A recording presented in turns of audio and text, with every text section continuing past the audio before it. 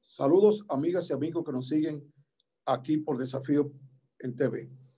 Hoy nosotros vamos a abordar dos temas. Un tema sobre la conversación entre el presidente dominicano y haitiano, donde vamos a colocar y vamos a sugerirle que se agreguen temas importantes como la interferencia telefónica, la construcción de la carretera internacional, el desarrollo agroindustrial y turístico de ambos lugares. Es decir, temas que son esenciales. Y tenemos entonces, que va a ser la primera parte, la conversación, la entrevista a Pepe Abreu. Pepe Abreu va a hablar de una evaluación de cómo le fue a los trabajadores en este terrible año 2020 para el mundo y República Dominicana. También va a hablar de lo que se ha dicho, que va a haber una modificación del Código de Trabajo y al mismo tiempo de lo que va a ser el plan de reforma fiscal que ha planteado el gobierno. Vamos entonces a pedirles que esperen en breve, que iniciaremos nosotros con los temas haitianos y en la segunda parte vamos a tener entonces la entrevista con Pepe Abreu.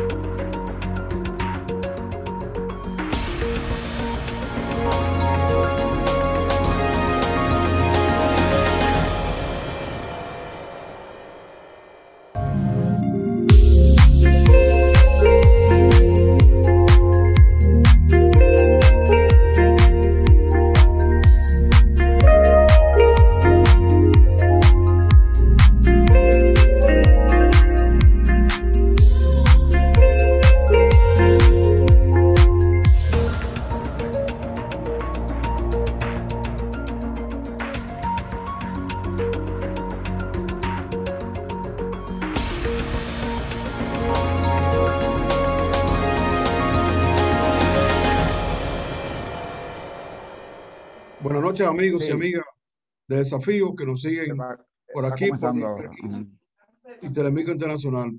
Tenemos la grata presencia del presidente de la Confederación Nacional de la Unidad Sindical, Rafael Pepe Abreu, con quien vamos a conversar sobre la situación de la clase obrera, de los trabajadores y del país.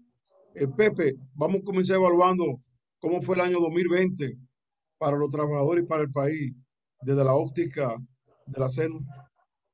Bueno, Adriano, hay que decir que está muy bien que ya hemos comenzado este año con este programa de desafío, porque precisamente el año por concluir y el que acabamos de inaugurar son esos años de desafío para los trabajadores, para el país y para el mundo.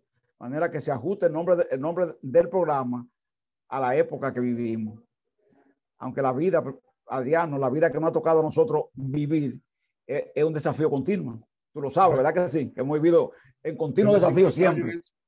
Así es. Bueno, pero aún así hay que decir que esto fue una situación en la que de golpe uno ve que 21,000 empresas, por ejemplo, cierran sus operaciones, 21,000 empresas de un golpe. Es verdad. Pyme, empresa pequeña, pero Adriano, nada subestimable en un país como este, donde ese número de empresas abarcaban alrededor de unos 300,000 trabajadores que repentinamente se quedan sin empleo de manera definitiva. Hay que entender que eso no afecta a ese trabajador en sí, es también a los dependientes de ese trabajador y a los que en el entorno de ese trabajador viven de lo que ese trabajador percibe como salario. Entonces, es una situación difícil, pero que no para ahí. porque entonces unas 900,000 personas trabajadoras de diversas áreas de la economía, aunque su contrato se mantenían y se mantuvieron vigentes, era solamente el contrato, pero en realidad estaban en un estado de suspensión donde no estaban percibiendo ninguna remuneración desde el punto de vista salarial. Y eso hace que hablemos de que de un golpe más de 1 millón de personas queden fuera de su centro de trabajo. Y el trabajador, todos sabemos, vive del día a día, vive de lo que recibe, vive de lo que consigue, vive de su trabajo. No tiene, decía el viejo Carlos Marx, que el trabajador no tiene otra cosa que ofrecer que no sea su fuerza de trabajo, que sea la mercancía que tiene, ¿verdad? Y parece, Adriano, que pese a los siglos que han pasado, los años, el viejo Carlos Marx tenía razón, ¿se entiende? Y hoy comprobamos que sigue siendo así. Hoy, después de tanto modernismo, tanto tiempo transcurrido, tanta tecnología, descubrimos eso, que el trabajo es lo único que en definitiva hace que el trabajador tenga un modo de subsistir junto a sus familiares. Por más ayuda que se brinden, más auxilio que se presten, siempre el trabajo es la única y más segura solución. Pepe, entonces se puede decir que esos trabajadores, aunque estaban, diría yo, ubicados quizá en la franja de pobre, han caído en una pobreza extrema porque si no reciben nada, no reciben los dólares que dicen los organismos internacionales que debe recibir un pobre. Es decir, que la pandemia y la situación con que las autoridades han llevado el proceso han permitido que caigan en la extrema pobreza cientos de miles de trabajadores. Sí, porque hay que entender, Adriano, eso que está diciendo, que ese desarraigo de esos empleos viene acompañado entonces de un estado inflacionario, donde una canasta familiar promedio asciende a 36,000 pesos. De manera que, siendo el salario mínimo mayor en este país, 17,000 pesos, el segundo intermedio, 12,000, el de los guardianes privados, 15,000, el de la empresa pequeña, 10,000. Todas esas personas, como lo está diciendo, están ubicadas en un renglón que se puede considerar pobreza. No, en ese momento quizás no extrema, cuando tenían esos salarios, pero sí pobreza.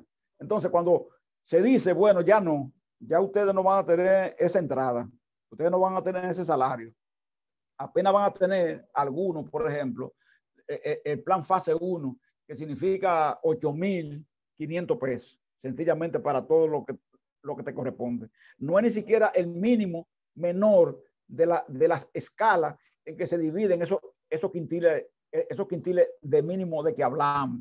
Entonces, esa persona ha caído repentinamente en un estado de pobreza extrema que, para tú resarcirlo, volverlo a situar en un estado de situación como la que perdieron, implica del país, del gobierno, por supuesto, un gran esfuerzo y proveer precisamente a esa gente de empleo que permitan rescatar lo que se había perdido. Y todavía a día de hoy, esa certidumbre de esos empleos, de la recuperación de esos empleos, no la tenemos. Porque Pepe, hay muchos trabajadores que, sobre todo sus chiriperos, que perdieron el empleo y no son beneficiarios del programa de fase 1. Es decir, no, la gente vende China en un sitio o vende comida, mondongo, arroz al frente de una fábrica y no está empleada esa persona, sino que un chiripero con su propio esfuerzo. Esa gente no recibe nada. Imagínate, Adriano, el turismo. Cuando tú tienes un hotel que estaba acostumbrado a tener sus habitaciones llenas de extranjeros y que había tacitas que transportaban a esa gente, había minibuses que transportaban a los trabajadores, artesanos que vendían su artesanía ahí, manufacturas que le vendían a ese hotel, agricultores que trabajaban para ese hotel para suplirlo. Y de repente tú dices, bueno, están afectados 100,000 gente en los hoteles, pero cuando lo traslada a esa transversalidad que existe y esa cadena productiva que existe con esos otros sectores, resulta que ya no son 100,000, ¿no entiendes? Abarca donde quiera que se mueve ese dinero. Exactamente, son entonces 500,000, ¿entiendes? Lo que están fuera, de gente que, como tú estás diciendo, Adriano, no tiene ningún registro, no figura en el sistema de seguridad social, no está cubierta por el código, pero sí son, entonces, almas que viven, consumen y que se ven en un momento determinado prácticamente apartadas de toda posibilidad de suplir las necesidades, tanto de ellos como de sus familiares, y eso es grave. Yo digo, Pepe, que en la actualidad, ahora, habiendo pasado 8 meses, 10 meses con esas dificultades, los trabajadores, muchos trabajadores están muy endeudados. Es decir, el que ganaba, por ejemplo, 15,000 pesos, 20,000, y le dieron los 8,000 de fase, por ejemplo, de esos 10,000 más que estamos hablando de que lo mejor beneficiados recibían los 8,000 pesos, pero otros no lo recibían. Se puede decir que son cientos de miles de trabajadores que el día de hoy, habiendo pasado 8 o 10 meses sin recibir nada o muy poco, están muy endeudados. O sea, ha crecido la deuda. No, sí, Adriano, mira, eso que plantea es uno de los dramas que se está atravesando ahora, porque Los otros ocurre de la casa que tienen alquilada. exactamente que mucha de esa gente, exactamente, se le ha pedido el alquiler, le han cortado la luz, han perdido la comunicación telefónica, o sea, han perdido muchas cosas. No nos olvidemos que también el tema de la escolaridad, aquellos padres que tienen hijos en centros privados, ¿me entiendes? También han tenido que verse prácticamente en situación de situarse contra la espada y la pared, porque ni siquiera tú puedes decir que va a vender un bien que posea, porque ahora lo que hay precisamente es mucho cierre de establecimientos y tú ves en las calles muchos letreros de se vende, ¿entiendes? Se vende, se vende, se vende, se vende, cierre. O sea, tú no ves nadie que está acudiendo a comprar, sino precisamente gente intentando vender. Entonces, ese endeudamiento en que la gente ha caído también se convierte en una espada de Damocles sobre esa familia, sobre todo familias de clase media. Pues. ¿Sabe, Pepe, que los organismos internacionales que estudian el asunto de la pobreza, las Naciones Unidas, OFAN, etcétera, ubicaban que el año 2019 habían 821 millones de personas pobres de los 7.500 que hay en el mundo. Pues ellos ahora están calculando que, que los pobres, fruto de la pandemia, ha aumentado en 270 millones más. Eso va a pasar 1.000 millones de pobres en el país y ubica que aquí en América Latina y el Caribe, donde estamos nosotros, está en más de 18 millones de personas que cayeron en la pobreza, que no estaban, pero fruto de la pandemia. Entonces, ¿cuál es la salida del gobierno para regularizar la situación? Los planteamientos que hacen las autoridades. Tú que siempre tienes contacto, digo yo, con el Ministerio de Trabajo, otros organismos, que ha hablado con el presidente Luis Abinader. ¿Cuál es la salida para que sea menos drástico la situación de los trabajadores dominicanos? ¿Sabes, Pepe, que a mí me resultó extraño, hasta me preocupé, cuando el ministro administrativo de la presidencia, José Ignacio Paliza, dijo que sí iba a ser una reforma similar a la del 1992? ¿Por qué me preocupó? Porque en el 92 se modificó el Código de Trabajo. Y tú sabes que el Código de Trabajo del 92 ha tenido alguna conquista de ustedes que hoy quieren quitarla. Es decir, quieren volver hacia atrás. Y en ese sentido, me preocupó que parece que la reforma que se va a hacer, como tú dices, es una reforma que en definitiva va a afectar al pueblo dominicano. No es decir, bueno, vamos a hacer una reforma para cobrar a la ganancia de lo que ganan mucho. No, se habla, por ejemplo, de colocar ITEVI a todos y bajar a 12.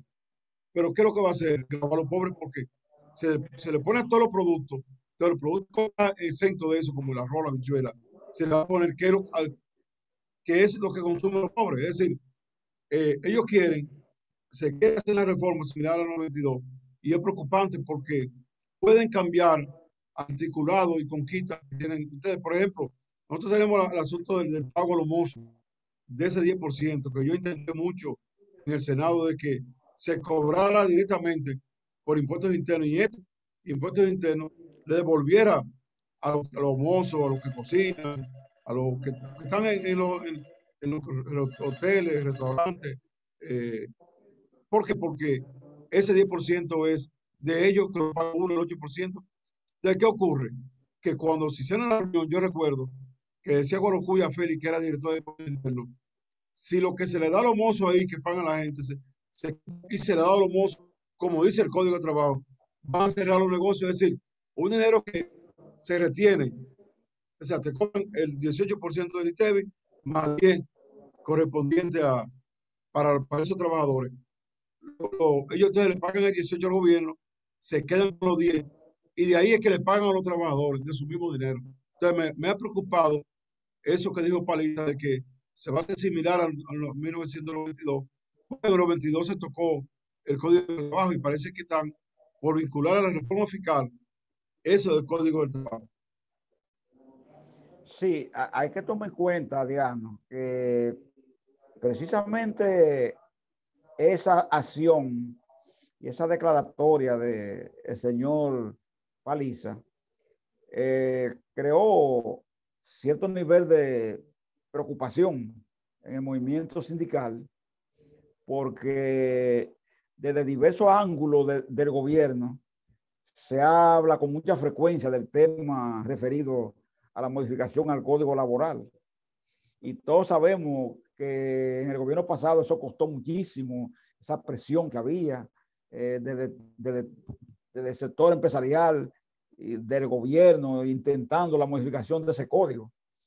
Y mezclarlo con una reforma del tipo que estamos planteando, lo que pondría ingredientes evidentemente contradictorios y explosivos. Ojalá no se le ocurra a nadie en el gobierno un intento de ese tipo. Es bueno que recuerden cuando en el presupuesto de ley de gasto público, como decimos, intentaron meter algunos ingredientes, ¿verdad? Que la población rechazó enérgicamente, el presidente se dio cuenta, lo recogió, lo echó hacia atrás. Entonces, si eso tuvo una reacción así en ese momento, sin tocar el código, imaginémonos tocándolo. Por eso es que es conveniente que eso, si hay ese interés en algunos funcionarios que lo piensen bien, porque puede ser altamente peligroso irse por ese camino. ¿Sabe, Pepe, que otra cosa que me ha preocupado es el pacto eléctrico que hablan? Porque el sector eléctrico es posiblemente uno de los sectores que más afecta a la ciudadanía. Tú sabes que 20 años atrás uno pagaba más de alquiler que de luz, que de energía. Hoy hay personas, energía eléctrica es más cara que el mismo alquiler de la casa. Es decir, ha crecido mucho, sobre todo después de esa reforma que hicieron en el 97. Tú sabes que cuando estaba Balaguer, no existía nada de él, de nada, sino la corporación se encargaba de todo, de generar, de vender y todo. Como se hizo ahora esta infraestructura de empresas que todas quieren ganar y que quienes eran son exactamente esos ricos. Entonces, se habla de que este mismo mes de enero se va posiblemente a firmar el pacto eléctrico.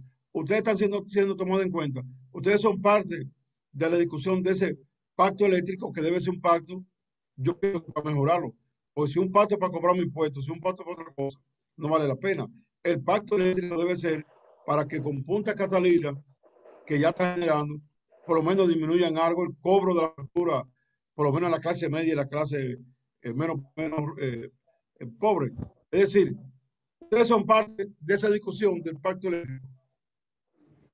Nosotros hemos sido parte del pacto eléctrico, de su discusión, y me gusta la pregunta porque me permite aclarar una cosa para evitar la falsa expectativa. Porque sí oí al señor Macarrulla precisamente diciendo que en este mes de enero se firmará el pacto eléctrico. Y digo así, inquietudes y confusiones que pueden haber. Ese pacto eléctrico no es más que una especie como de marco regulador, pero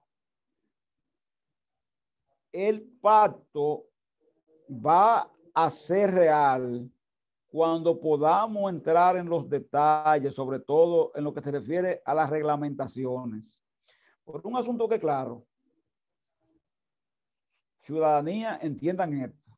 La firma de ese pacto eléctrico puede ser mañana y no va a impactar, Adriano, en la factura, no va a impactar en el costo de la energía, no va a impactar tampoco en lo que se refiere al tema de que disminuyan los apagones. Los apagones se notan menos por el tema de que existen los inversores, que en ese tiempo de Balaguer no existían, Adriano. Entonces los inversores existen, pero los inversores se nutren de energía cara.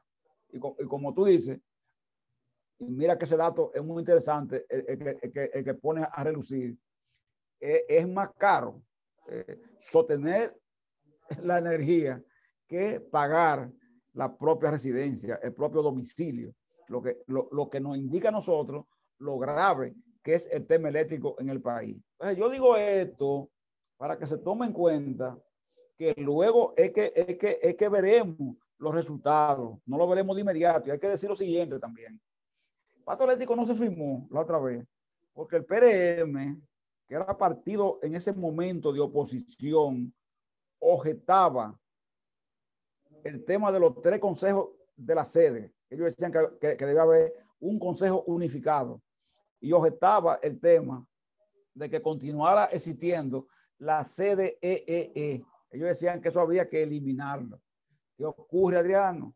Hoy ya el PRM no es un partido de oposición, es el partido de gobierno. Y siguen las 3 sedes. Y como es de gobierno, ¿tú entiendes? Yo me imagino, ¿verdad? Yo me imagino que han cambiado ya esa percepción, ¿me entiendes? Y que entonces van a facilitar que lo que ellos objetaron en ese momento, por su condición de partido opositor, hoy no lo objeten. Y que por tanto, eso facilite la firma del pacto eléctrico, que el sentido bueno que puede tener es el tema de que la firma va a dar pie entonces a la creación de esa especie de mesa de diálogo continuo para ir mejorando entonces paulatinamente el tema del servicio eléctrico y llegar a lo que tú estás diciendo, a la producción de energía más barata, con menos efecto invernadero, etcétera, etcétera, con menos contaminación y demás. Pero ese es un proceso de largo aliento. Sí, porque se habla de firmar este mes, pero aparentemente no se está viendo, y es lo que uno teme.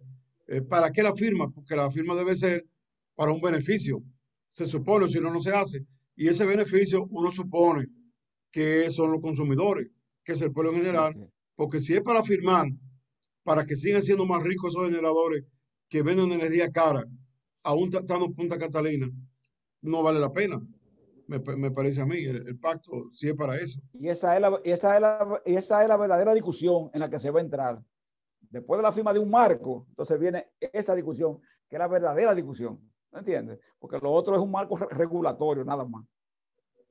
Pepe, por último, porque esta es una entrevista breve que tenemos por último, ¿cuál es el planteamiento ahora que tienen ustedes? Porque tú sabes que la pandemia parece, por las medidas que ha tomado el gobierno, más rígida y por lo que uno ve, y que todos los días hay 1000 y pico de contagiados más, que antes eran 300, 400, 1000 y pico, eh, y que al mismo tiempo se habla de que hay cepa nueva, que ahora eso cepa ya está en Nueva York es un viaje aquí nada más, ya está, está en América ya. Por último, ¿qué planteamiento tienen ustedes de medidas que debían tomar el gobierno o los empresarios para aliviar un poquito este malestar tan grande como tú has planteado de nuestros trabajadores? Bueno, en primer lugar, no retirar los planes. Eso es un tema de gobierno. Segundo lugar, hay que profundizar y buscar la empleabilidad de sectores. Si no se puede en el turismo porque está como está y va a estar en esa condición, vamos a la agricultura, vamos a la construcción, vamos a la creación de infraestructura, vivienda, etcétera, etcétera. Vamos a trabajar esos renglones para que la gente tenga sencillamente cómo suplirse sus propias necesidades. Vamos a reforzar los sistemas de salud, vamos a reforzar el sistema de seguridad social. Vamos a hacer entonces que en el mes de julio, 9 de julio exactamente, que vence ya la tarifa de salario mínimo que discutimos, vamos a hacer una discusión sobre ese tema salarial que implique que haya una especie de revisión de los salarios mínimos, aumentando el poder adquisitivo real de los trabajadores, no nominal, sino real. Vamos a lograr entonces un reforzamiento de la atención tanto a los envejecientes como a las mujeres, como a la niñez. Vamos a hacer que el tema educativo también se reenfoque y dé un poco más de resultados. Vamos a detener también las cancelaciones masivas, porque esas cancelaciones masivas llevan intranquilidad y se siguen haciendo, y hay gente bajo amenaza permanente de que van a ser despojados de sus empleitos, y eso es peligroso porque eso lo único que hace es cambiar el hambre de domicilio, pero no resuelve en definitiva ningún problema de fondo a nadie. Bueno, gracias, Pepe. Deseándole salud a Barbí, nuestro amigo de tantos años, y que las cosas mejoren. Sé que la CENO está al frente de todas estas reivindicaciones de diría yo, más de 5 millones de habitantes del país, de la República Dominicana, que directa o indirectamente están tocadas por los trabajadores dominicanos. Muchas gracias y pronto te tendremos aquí para desarrollar esos temas. Gracias, Diano, y que estés bien por allá, por el sur profundo.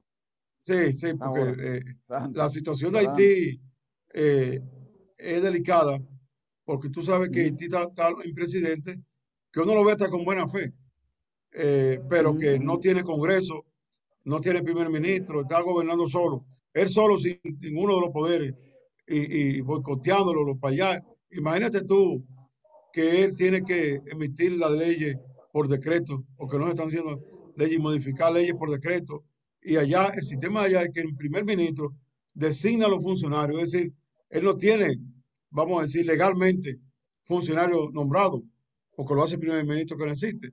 De manera que hay que estar atento a ese país que es parte de la isla, igual como nosotros.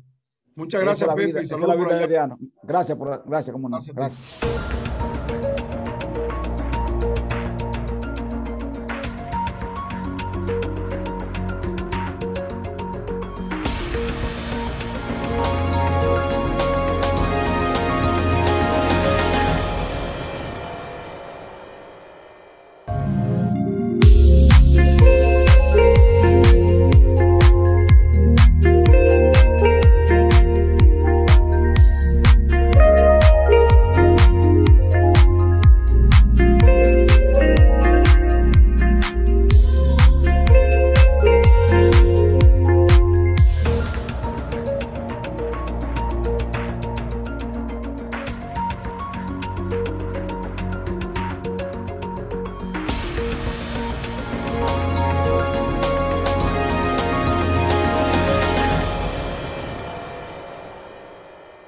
en esa importantísima reunión que sostuvo el presidente dominicano Luis Abinader con el presidente haitiano, se abordaron temas dados a conocer por la Cancillería muy importantes. Pero entiendo que hay otros temas que también deben ser abordados en esa conversación binacional y que para los dominicanos son de suma importancia.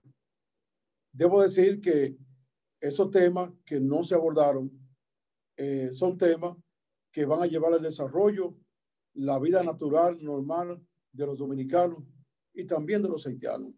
Por ejemplo, dentro del conjunto de acciones que en mi época de senador llevé a cabo en la Cámara Alta, hay una resolución muy importante. Esa resolución aborda lo que es la revisión de los acuerdos ya hechos por los dos países y que se han constituido en acuerdos constitucionales, tanto de Haití como de República Dominicana. Voy a leer un trozo de esa resolución, pues el presidente Luis Abinader debe abordar en esa conversación y en el accionar dominicano estos temas de esa resolución aprobada por el Senado, enviada tanto al presidente, al ministro de Defensa y al canciller, y que traerían tranquilidad en nuestra zona fronteriza. Esa resolución dice así: resolución que sugiere al Poder Ejecutivo la revisión exhaustiva de la línea divisoria que delimita la frontera entre la República Dominicana y la República de Haití, a fin de verificar el cumplimiento fiel del Tratado Dominico-Haitiano de 1929 y su protocolo de revisión de 1936. Considerando primero que la Constitución de la República en su artículo 9 establece que los límites terrestres de la República Dominicana están fijados conforme al Tratado Fronterizo Dominico-Haitiano del 21 de enero de 1929 y su protocolo de revisión del 9 de marzo de 1936 y al Tratado de Paz, Amistad Perpetua y Arbitraje del 14 de marzo de 1929. Segundo, que el artículo 9, en el numeral 1 de nuestra Carta Magna, consigna que las autoridades dominicanas deben velar por el cuidado, protección y mantenimiento de los bornes que identifiquen el trazado de la línea de demarcación fronteriza de conformidad con lo dispuesto por el indicado tratado de 1929, las leyes nacionales y las normas de derecho internacional.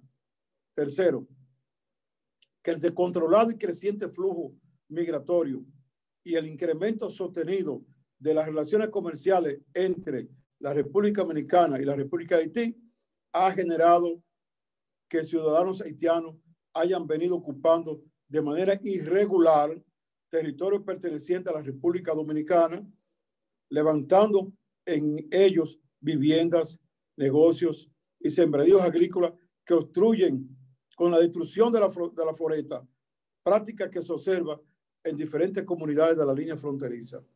Considerando cuarto, que en la región fronteriza periódicamente se producen conatos de violencia, conflictos, actividades delictivas y confrontación diversa entre ciudadanos, lo que intranquiliza y preocupa a las personas, familias, organizaciones sociales, comerciales, juntas de vecinos y en general a los residentes en la frontera, residentes dominicanos, afectando la convivencia de buena vecindad y el desenvolvimiento normal de la vida económica, social y cultural en esas comunidades.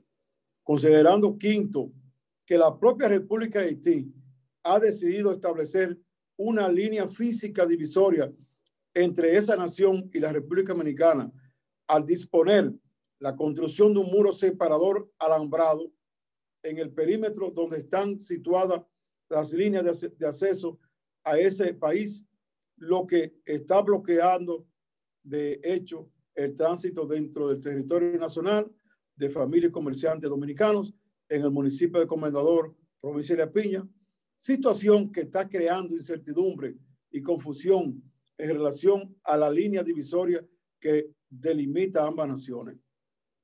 Considerando sexto, que a través del tiempo la superficie del territorio dominicano se ha perdido en unos 6.200 kilómetros cuadrados, es decir, que hemos perdido nosotros, los dominicanos, ya que para la época del nacimiento de Pedro Santana, en una ciudad haitiana en 1801, entonces era territorio dominicano y hoy es una ciudad haitiana, Hincha. La República Dominicana poseía 54.642 kilómetros cuadrados, pero al producirse la independencia, varias demarcaciones, como el caso de Hincha, no pudieron quedar bajo el dominio dominicano debido a la gran presencia de haitianos en las mismas, precedente histórico que debe llamar a reflexión al Estado y pueblo dominicano. El séptimo de esta resolución fue corregido hace 2 años y fue la recuperación en Cachimán, después de Carrizal, del fuerte histórico de heroísmo de Antonio Duvergé, que lo habíamos perdido los dominicanos, y esa parte sí se recuperó recientemente. Considerando, octavo, que el protocolo de revisión del Tratado Fronterizo Dominico-Haitiano de 1929 acuerda en el artículo 3 la construcción de la carretera internacional de manera conjunta por los 2 estados, la carretera internacional, es decir, asumiendo cada uno el 50% de su costo, para lo cual el Estado incluirá en su presupuesto anual las asignaciones correspondientes de un 25% del costo en un año, el otro 25% en el otro año, cada nación, de manera que entre las 2 naciones se cubra el 100%. Es un acuerdo que está pendiente entre las 2 naciones, que es un acuerdo ya que es constitucional en Haití y en República Dominicana. De manera que la trascendencia y serias repercusiones que podrían revertir para el país la situación antes descrita obliga al gobierno dominicano a actuar con urgencia y determinación, pues se trata de la protección y defensa de la integridad nacional, de paz, seguridad de los ciudadanos dominicanos, como lo ordena la Constitución a los poderes públicos correspondientes, fundamentalmente al Poder Ejecutivo. Considerando, décimo, que para la solución de esta problemática existente en la frontera es imperativo hacer realidad el artículo 10 de la Constitución nuestra, que manda a la priorización de políticas y programas de inversión público de obras sociales e infraestructura. De ahí que nosotros, apoyados en esos acuerdos hechos por los 2 países y en el derecho que tiene la República Dominicana, y logramos que el Senado en pleno lo aprobara, se resolvió, primero, solicitar al Poder Ejecutivo ordenar a los órganos públicos correspondientes con carácter de prioridad nacional una revisión exhaustiva de la línea que delimita la frontera entre la República Dominicana y la República de Haití, a fin de verificar el cumplimiento fiel del Tratado Dominico-Haitiano de 1929 y su protocolo de revisión de 1936. Es decir, el presidente Abinader, aprovechando esas conversaciones que tiene con el presidente haitiano, y creo que es una oportunidad, porque veo que es un presidente mucho más flexible, con el que se puede hablar mejor, y eso yo lo comprobé a raíz de lo de Cachimán, que cuando nuestra república, atendiendo eso mismo, recuperó esa parte, tierra importante, históricamente de mucha dignidad en la independencia dominicana, el presidente haitiano y sus funcionarios aceptaron, como tenían que aceptar, como realidad. Con otro presidente anterior creo que no iba a aceptar el derecho que teníamos nosotros. De manera que nosotros le soltamos al presidente coordinar el cumplimiento del artículo 3 del protocolo de revisión del Tratado Dominico-Haitiano, que acuerda la construcción de la carretera fronteriza. Hay que decir que gran parte de la delimitación dominicana con Haití está dada por la carretera fronteriza. Otra parte tiene que ser revisada porque hay lugares, y de acuerdo a historiadores fronterizos, indican que hay zonas dominicanas que están siendo ocupadas con Haití.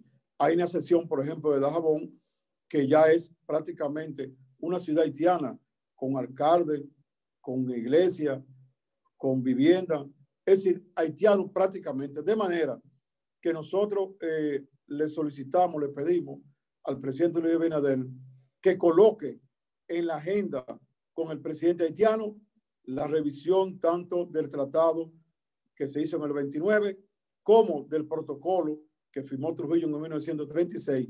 Veamos nosotros en ese mapa que le vamos a dejar cómo se marca la parte del territorio que los dominicanos en la firma de Trujillo se les cedió.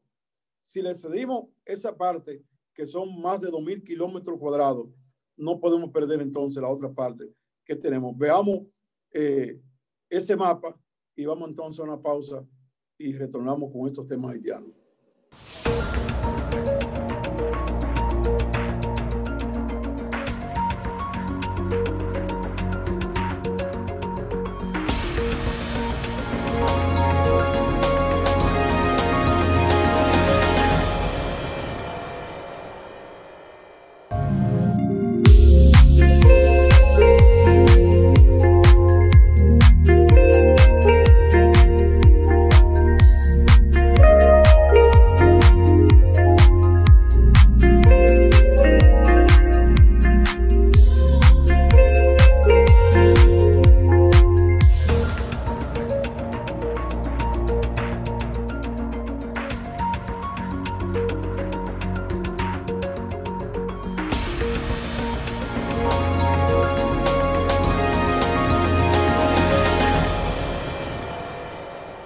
Dentro de los temas que sugieron que el presidente Luis Abinader incluya en lo que es sus acuerdos, sus borradores con el presidente de Haití, repito, aprovechando la oportunidad de un presidente de Haití que quiere conversar. Y repito también otra vez que personalmente yo comprobé a raíz de lo que fue en la Fuerza Dominicana recuperando hace año y medio el territorio de Cachimán, el territorio que se hizo dominicano con la valentía de Antonio Duverger. Vi que el presidente haitiano actual aceptó, cosa que otro no lo hubiese hecho, ese derecho que tenemos los dominicanos. Aprovechando eso, hay varios puntos que deben ser incluidos. Un primer punto que planteo es la posibilidad de un tratado de libre comercio fronterizo entre Haití y República Dominicana. Es decir, nosotros como dominicanos producimos más que Haití. Por tanto, pienso que a la República Dominicana tiene que interesarle que se venda más en Haití. Haití, que necesita vender lo que produce en un lugar de menos costo como República Dominicana, también debe interesarle venderle a República Dominicana. Ahora, ¿qué ocurre? Que lo que son en cierta medida los arbitrios, los cobros en la línea fronteriza, encarecen los productos y bajan, limitan, reducen las exportaciones de ambas naciones.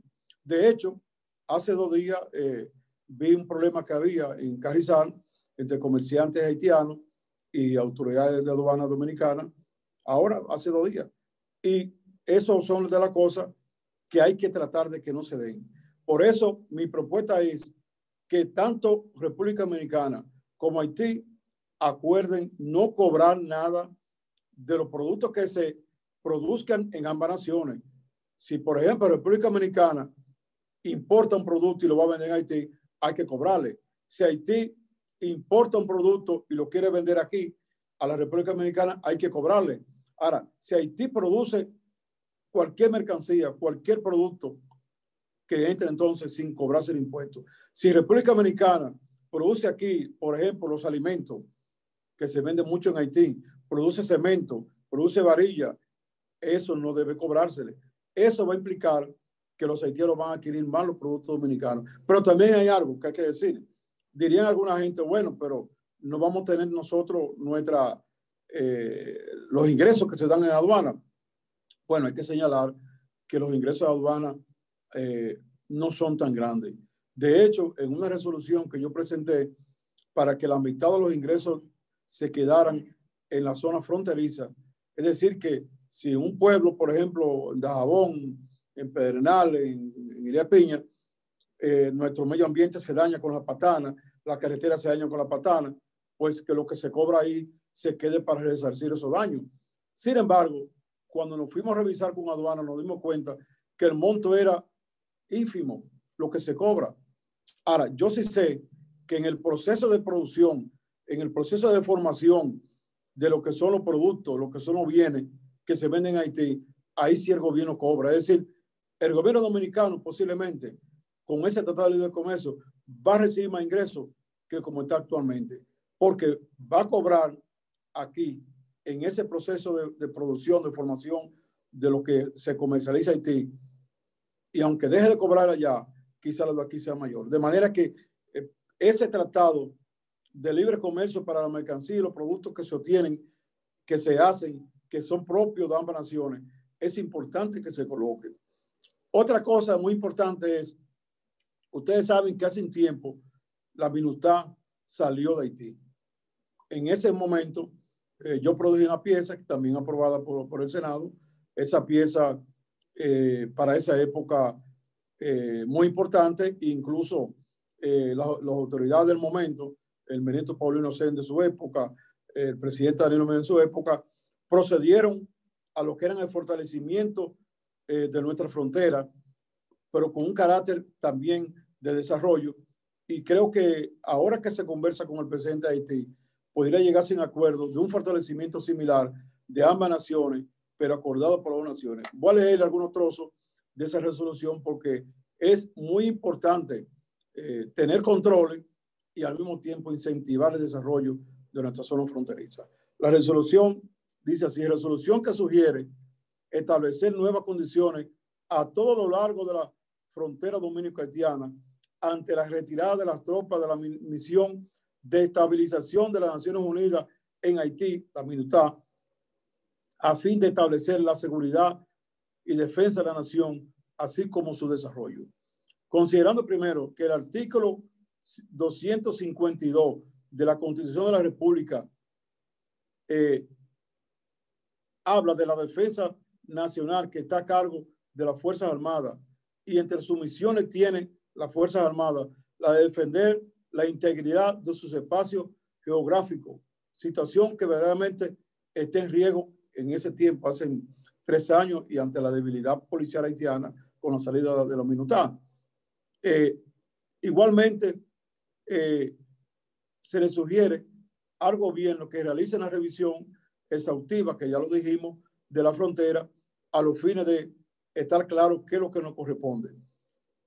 Considerando, segundo, que la ley orgánica de las Fuerzas Armadas, su artículo 5, numeral 1, dice que a la Fuerza Armada le corresponde asumir de manera integral y constante el precepto constitucional de declarar como supremo y permanente el interés nacional de la seguridad fronteriza, y por tanto es una prioridad de sus instituciones militares, cuerpos especializados, comandos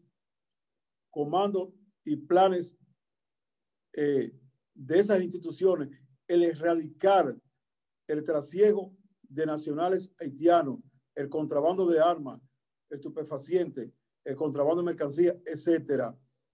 También un artículo considerando que explica que informe, en este caso del Departamento Nacional de Investigaciones DNI, hablaba de bandas que en la frontera estaban en lo que es la trata de humanos y lo que es el trasiego de mercancía.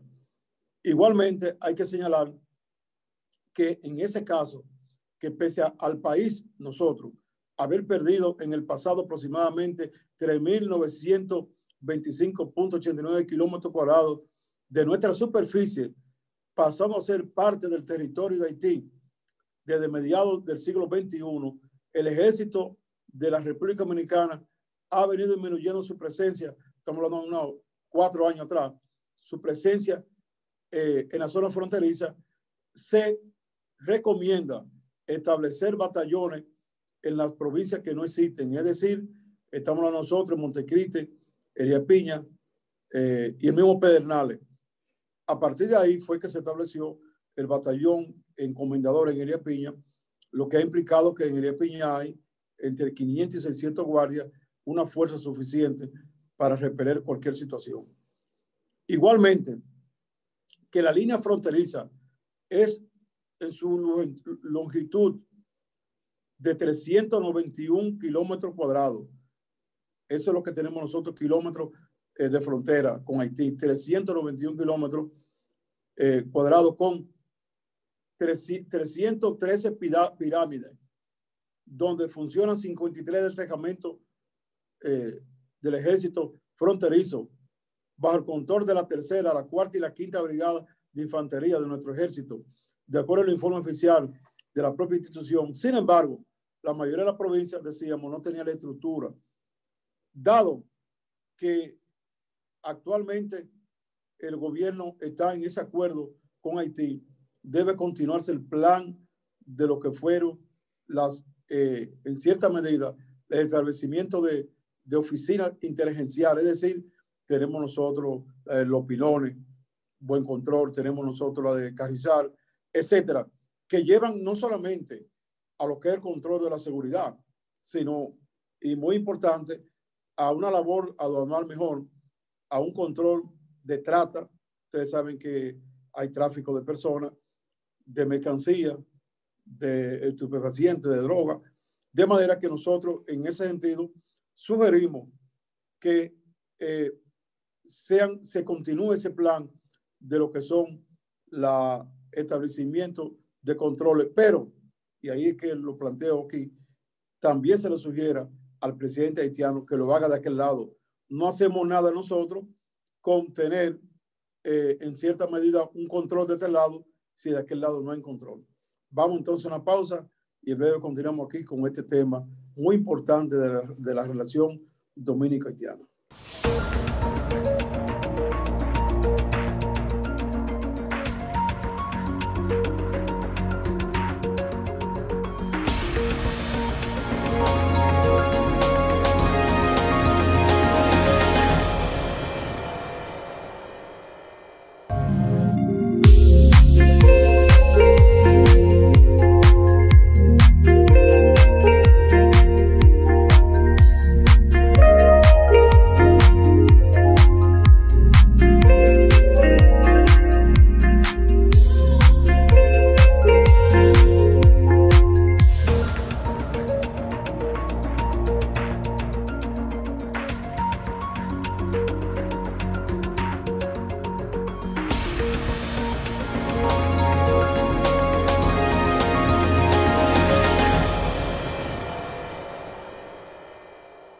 En esa conversación de los dos presidentes de Haití y de República Dominicana, se abordaron muy importantes algunas acciones de desarrollo general, como de energía, desarrollo agrícola, etcétera. Pienso que nosotros, como República Dominicana, tenemos que estar claros en lo que son nuestros propósitos. Para mí, el plan de desarrollo fronterizo pasa por 3 etapas simultáneas, porque debo decir que el desarrollo nacional nos interesa a los fronterizos, pero no podemos buscar un desarrollo nacional olvidándonos de la frontera. ¿Qué quiero decir? Que los temas que yo vi que anunció el canciller son muy importantes para el país y deben ser, pero no son los temas esencialmente fronterizos, son temas dominicanos, deben ir, pero hay que colocar también los temas fronterizos. Por ejemplo, en esa etapa que yo digo que lleva 3 fases simultáneas, están primero lo que es la solución de algunos problemas urgentes que tiene nuestra frontera. Entre esos problemas urgentes que tiene nuestra frontera están, por ejemplo, que cerca de un 18% de las viviendas en la frontera no tienen energía eléctrica, no tienen tendido. Eso hay que solucionarlo. El país está en un 2% y la frontera está en un 18%. Por ejemplo, un conjunto de carreteras y calles, caminos, que incluso deben intercomunicar entre provincias o dentro de la provincia, hay que solucionarlo. La seguridad nuestra. Cada día los robos de animales son mayores. Cada día los robos de motores, de vehículos, etcétera, son mayores. La seguridad. Al mismo tiempo, el problema de agua potable. Es decir, el conjunto de acciones que necesitan para colocar esas 7 provincias fronterizas igual que las demás provincias del país. De forma que nosotros necesitamos esa como una etapa esencial. La segunda etapa es el desarrollo agrícola, agropecuario, agroindustrial. Nosotros tenemos como frontera más de 3 millones de hectáreas de tierra, importante para una agricultura de todos los niveles. Para poner ejemplo de Elías Piña, nosotros tenemos zonas templadas que se han producido ajo, manzana, etcétera. Tenemos zonas cálidas, tierra clase A. Así están todas las provincias fronterizas. De esas más de 3 millones de hectáreas de tierra, no se siembra ni 1 millón de hectáreas de tierra. El desarrollo agrícola y agroindustrial desarrollaría, crearía una riqueza enorme en la frontera, tanto para nosotros mismos como también para lo que el aporte nacional. Nosotros, en vez de ser carga de la nación, seríamos provincias que aportaríamos al PBI dominicano. Pero también, en vez de llevar una mercancía para venderse a Haití de otra provincia, yo he visto camiones de guineo, he visto camiones de habichuela negra, he visto coco, y todo eso pasa por el centro de esta provincia fronteriza y sigue para Haití sin dejarle nada a la frontera porque va de otra provincia. Entonces yo creo que hay que producir en la misma frontera para venderle a Haití. Ese desarrollo para Haití, agropecuaria, tiene que conllevar también lo que es el agroindustrial. Nosotros procesar esos productos. Y hay que agregar entonces con el presidente haitiano que también ellos produzcan. Un ejemplo que podemos darle es el río Artibonito, allí en Macasía, donde se une con el río Carrizal, que eso es un mar de río que se junta ahí y que eso le llega a unos 700 metros a la principal presa de ellos, de Haití, Peligre, y que nosotros, y un plan que se tuvo en una ocasión, se puede crear ahí una hidroeléctrica que la electricidad la asumiríamos nosotros, le pagamos el 50% a Haití, y con ese dinero que se le paga a Haití, y ellos tomando la presa para hacer canales de riego, ahí tendrían ellos el dinero para crédito. Es decir, Haití en esa zona central, que representa el 40% de la frontera, podía tener agua para una buena agricultura y los recursos dados por el 50% de energía para ellos, Haití, poder entonces de cierta manera desarrollarse. Igualmente, y la última etapa, y van simultánea todas, es el turismo. Tenemos playas hermosas en los dos extremos, en Pedernales y en Montecristi, y tenemos entonces zonas para turismo de montaña hermosa, con temperatura de 5 grados, 0 grados, menos 3 grados, en toda esa frontera. Un turismo integrado de playa y también de montaña. Eso nos llevaría a nosotros a una gran creación de empleo, a la entrada de muchas divisas, de manera que le sugiero al presidente Luis Abinader que incluya en esa conversación con el presidente haitiano estos temas de mejorar las infraestructuras, agua potable, energía, de este lado y de aquel lado, del desarrollo agrícola y agroindustrial y del turismo de mar y de montaña.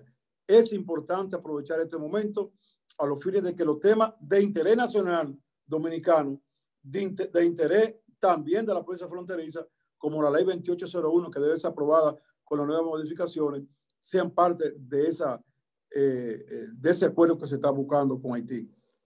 Hemos llegado al final de este programa. Le pedimos que mañana, aquí en Desafío, por el Digital 15 Telemica Internacional, nos sigan con un programa tan importante como este.